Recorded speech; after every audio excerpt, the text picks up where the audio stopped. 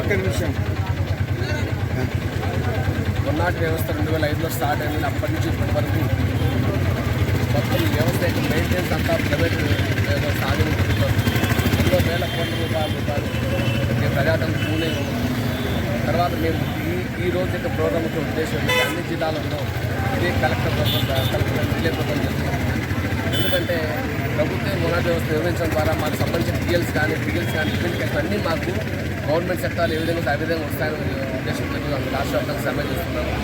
రెండో విషయం ఏమంటే సమాన వేతనం ఇవ్వడం లేదు.